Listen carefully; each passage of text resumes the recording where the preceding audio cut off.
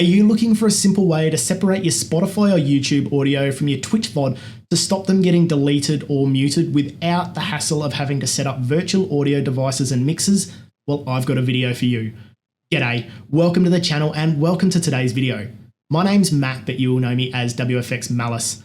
One of the recent updates in OBS 29.1.3 is adding in the new feature of application audio capture, which now makes it really simple for you to be able to separate all your application's audio in the mixer in OBS and separate them from your Twitch VOD track. In this short video, I'm going to show you exactly how to do it and get you up and running in no time. Let's get started. The first thing we're going to need to do is open up OBS, go up to File, Settings, and from our Settings menu, go to Output. In our output, make sure the output mode is selected as advanced. Go down to the audio track radio buttons and deselect all of them except for track 1. Then tick on this little box here for Twitch VOD track and deselect all of the radio buttons except for track 2. Click OK. Now we're going to add our audio sources. So we're going to right click in our source panel, select Add Application Audio Capture. I'm going to call this one Spotify App. Then I'm going to select Spotify.exe from the drop-down list and click OK. I'm going to create another one for YouTube Music. I'm going to call this one just Chrome App. And in the drop-down list, I'm obviously going to select Chrome.exe. You can go and add another one for your Discord server if you want, so that you can control your Discord volume separately to everything else. Now, typically, all of the audio that comes through your computer, unless you're using virtual audio devices, is all going to come through your desktop audio main volume. Because we're now trying to separate them, we don't want to use that same audio device that you've been using for your game audio previously, because otherwise Spotify is going to leak through into that, or YouTube Music. So we're going to create a new source, application audio capture, and we're going to create new. I'm going to call this one game, and I'm going to select OK. Now, for this, you need to have your game open and running to be able to select it in this drop-down box. Every time you close down the game and reopen it, it will automatically detect it in this source. The downside to this is if you're a variety streamer and you play lots of different games, you're either going to have to create lots of sources for all the games that you play, or you can choose to go back to OBS and change that application every time you start a new game.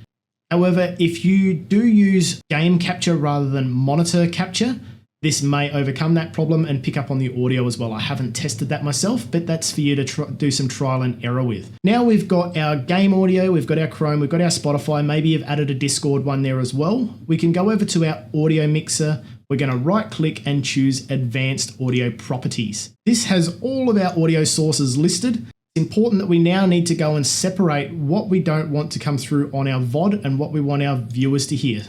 So we can deselect everything that's in tracks 3 to 6 because we're not using those. Just makes it a little bit cleaner to look at.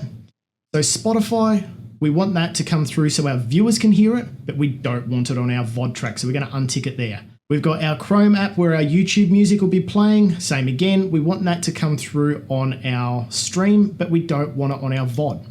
Another thing to consider is you may want to disable shoutouts and sound alerts. So if you've got a shoutouts overlay that's going to play a Twitch clip from someone when you give them a shout out, they may be playing copyright music and you don't want that to come through on your VODs. So you can disable that one.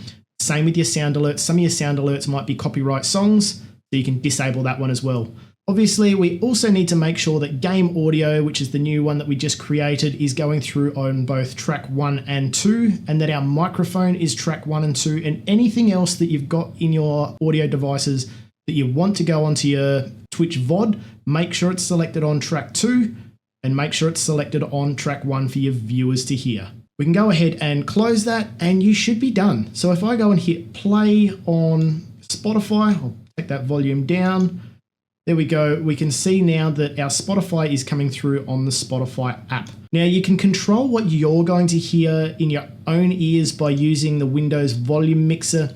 There is one downside to this, and that's, as you've seen already, there's no Spotify in that volume mixer. You can only use the volume mixer here. So if you want things quiet for you, but you want it loud for your stream, maybe you don't want to have too much music, you're going to have to try and pump it up there and turn it down here.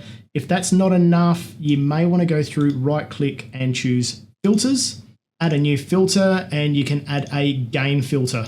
That's going to allow you to pump that up just that little bit more so that you can get a little bit more volume for your viewers without you having to be overwhelmed by your music. If you found this useful, please give it a thumbs up. If you're new to the channel, hit that subscribe button. Leave any questions or comments down below. Thanks for watching, and we'll see you in the next video.